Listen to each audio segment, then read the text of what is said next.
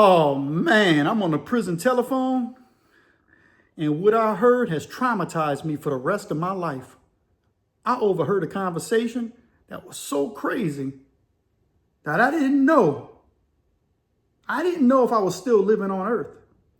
In fact, I wondered if the person who was talking was even a human being because the conversation was that disturbing. I'm on the phone. As you know, in prison, phones are on walls. Phone, phone, phone, phone. You get the point. When you're on the phone, you cover the receiver. But sometimes in the dormitories, it can get real loud, so you don't know how loud you really talking because you got to talk loud just to hear. And if you really about your business, you know what I mean, the dudes are getting too much on the phone, you can be like, say, man, I'm talking on the phone, man. Y'all better hold that noise, man. I'm going to go up there and shank everybody. You heard me? And then you're like, dang, I think I messed up. They got like 18 head busters in this dorm. Yeah, Mom, I'm going to call you back. I got to go pay ransom because I just talked to these dudes crazy. Click, please, God, help me from getting shanked up from one of these savages. The dude who I was listening to on the phone, I'm on the phone. I'm talking normal conversation. They got a couple other people on the phone, but the dorm's loud. It's a weekend. It's at night. There's a lot of gambling going on at night. And this isn't what they call a satellite camp. It wasn't a state prison. It was one of those parish jails that held state prisoners because the state prisons are so full, they ain't got nowhere to send all these dudes. And so the dudes are slamming dominoes, they sit in cars, and these kind of places are real chaotic. There's no structure in these places. And they got a dude on the phone, and all of a sudden I just hear, I eats buttholes. And I'm like, what? He said, yeah, I eats buttholes. And I'm like, dang, why he just yelled he eats buttholes? I'm like, this is the craziest thing I think I ever heard in my life. And he's talking now. I'm kind of looking, and my you know what I mean? And I'm trying. I don't even think I hear what my family's talking about because now I'm too focused on this crazy dude right here. And I'm looking at him, and I'm like, I'm in the dormitory with him, and I'm like, y'all heard that? And my family's like, heard what? I'm like, never mind. Don't worry about it. It ain't that important. Then I hear, I said I eats buttholes, but that ain't the only thing I be eating. And I said, dang, what else he be eating? He said, I be eating.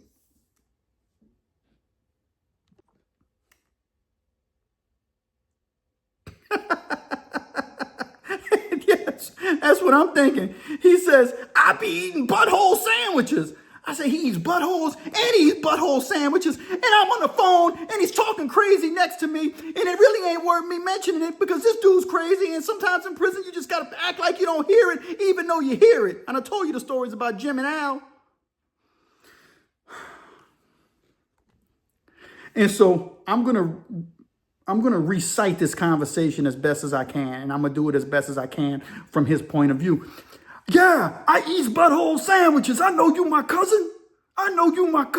But I eat your butthole too. And I'm like, that's what I'm like. Dang. He talking to his cousin and he crazy. And I seen the dude, I just been in the dorm with him for, at this time, been in the dorm with him for a few weeks, you know what I mean? And I ain't never talked to this dude, but I can clearly tell that this dude is extremely institutionalized. Everything about him looks it. He got the look, he talks the talk, he walks the walk, and he likes punks. And like I told you, in Louisiana, punks are everywhere, and dudes who like punks are everywhere. They always got booty banders. But anyway, he liked boys. But apparently he liked his cousin too. He's like, yeah, I know you my cousin, but we second cousins, I think. He said, oh, we first cousins? And I'm like, he's talking to his cousin, and he don't know if they first or second cousins. So I don't know if they got in contact with each other recently, you know what I mean? But I'm listening to this conversation, and he's just talking about this sexually explicit stuff, and about half the conversation is on what he eats. And he also said he ate something else too. And I'm like, this dude's crazy. And then he's talking, and he's like, yeah, I like boys too. You ain't got no problem with that, huh, cuz? And I'm like, and I'm listening. I'm like, I can only imagine what his cousin's saying. And he's like, all right, that's cool, because you can mess with who you want, and I mess with who I want. And I'm like, dang, man, how I wind up in here, man? I just want to go home. I'm so tired of this. This is the insanity of prison. This is a collect call from an inmate at a Louisiana correctional institution. You are being monitored. I said I eat buttholes. I eat your butthole. I eat my other cousin butthole. And I eat these dudes' buttholes too. before I bang him. I'm like, what? And this isn't funny, man. But I'm like 21 years old, 22 years old. And to me, this is my perspective and my point of view. And I'm like, man, I know I was involved in doing some stupid stuff, man. But I'm glad I got a sane mind, man. I'm glad even at a young age, I was able to course correct and say, you know what? This ain't the way I want to live. This is on my second prison sentence, because my first one, I was stupid. I went back and came back to dudes talking like this on the phone. See, I'm holding that phone. And they got dudes, let me finish telling you a story. Hold on, cuz. I got to go get something. I'm going to get that Earl. You heard me? Dude sets phone down. One thing, the phone. If you see a phone hanging by the wire and it's hung and it's not hung up, don't touch that phone. That means somebody done set that phone down and they're going to get something. They're going to get a letter. They're going to take a leak. People have family members, and not just family members. They find females, women, or punks from the world. Dudes from prison try to get punks in the free world to jose them. They can talk on phone. And they'll talk for hours on their phone. They call them bumping. Dudes will bump for them, you know what I mean? Or females they meet will bump for them. And so he said, I gotta get that Earl. And I'm like, dang, he gonna get the oil, he gonna get that lotion, that baby on. So I'm thinking, I'm like, man, come on. And my phone goes, you have 2 minutes left until this phone call ends. And I'm like, yeah, hurry up, please. I'm talking to my family. I ain't saying, but that's what I'm thinking. I'm like, yeah, I love y'all, man. I can't wait to see y'all. I'm doing okay. Y'all hold it together, you know what I mean? And everything. And I see him, he coming back from his locker.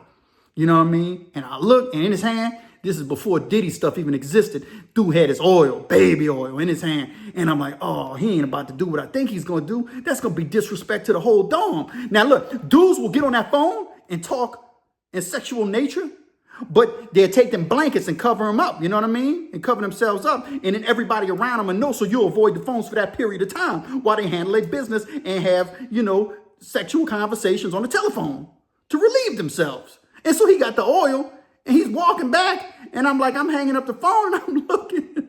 My phone call ends, and he says, I'm back, cuz, what you doing? I'm like, I wonder what his cousin's doing. Who knows? So I'm sitting there, I go back to my rack, and I'm looking, I'm interested. Now, I'm like, man, this dude's crazy. And I'm thinking like something's going to kick off, and I know they got other dudes in this dorm that I know that this dude ain't fixing to start fiddling with himself with the oil while he talking to his cousin. You know what I mean? Because it's going to be disrespectful. Something's going to happen. So I'm expecting a fight. And he sits down. He's like, I'm back. Yeah, hold on. He said, I'm sitting here. I got Earl. And I'm looking. I'm like, what are you supposed to do with the Earl? Anyway, he puts the oil on his hand. And he starts rubbing it. And he rubs his face. He's like, oh, I'm good, man. I'm so ashy right now, man. I had to put some oil on, man. My face is hurting. I'm like, dang. He was just putting oil on his face. He said his face was hurting. And I thought something different. I thought the worst case scenario. You know what I mean? But when I was hearing this conversation, what you would have thought? You probably would have thought the same thing. You know what I mean? And that's the kind of crazy stuff that happens in prison, in Louisiana prisons and southern prisons. The stuff that nobody talks about on the other crime and prison channels, because that's just not what they talk about. They like talking about other stuff. But on the Pen and the Shank, the most unusual and unique crime and prison channel experience on YouTube, we talk about stuff like this that nobody else talks about. The crazy conversations that you overheard in prison, the crazy things that you saw, the crazy things that you did and witnessed, such as dudes talking on the phone about eating blank holes of their own family members. Well, they put baby oil on their face. And you just thinking to yourself, I want to go home, right? Oh, man, oh, man, oh, man. I don't know whatever. I don't know whatever happened to that dude. You know what I mean? I'm assuming he's institutionalized or long gone dead because he was an older dude, But like I said, man, sometimes them dudes will play that lottery on them phones. They call it the lottery. They pick up the phone, they dial random numbers, and they'll just say something random like, hey, it's emergency, answer. And every blue moon, you will get somebody to answer the call, and they will find a new contact to reach out to that they didn't know previously by just hitting random numbers, playing the lottery, and now they got a contact. Now they're getting money on them books, and they start telling people, all you got to do from prison. They got so many insecure women in society that these dudes just tell them they love them. And these women think that these dudes are going to come home to them. These dudes are savages, and they're playing games. And I don't know if that's what he was doing with his cousin. But I know he was into obviously some freaky stuff, right? And he was a bandit, a booty bandit. So booty bandits tend to do all kind of freaky stuff. And you get to see and hear him a lot in prison. So don't go to prison. And give me a like and subscribe while you're at it. And hit that bell notification so you know when I drop the next crazy video about the next crazy prison topic or crime topic. We got a lot of good stuff coming out this year. Let's get it.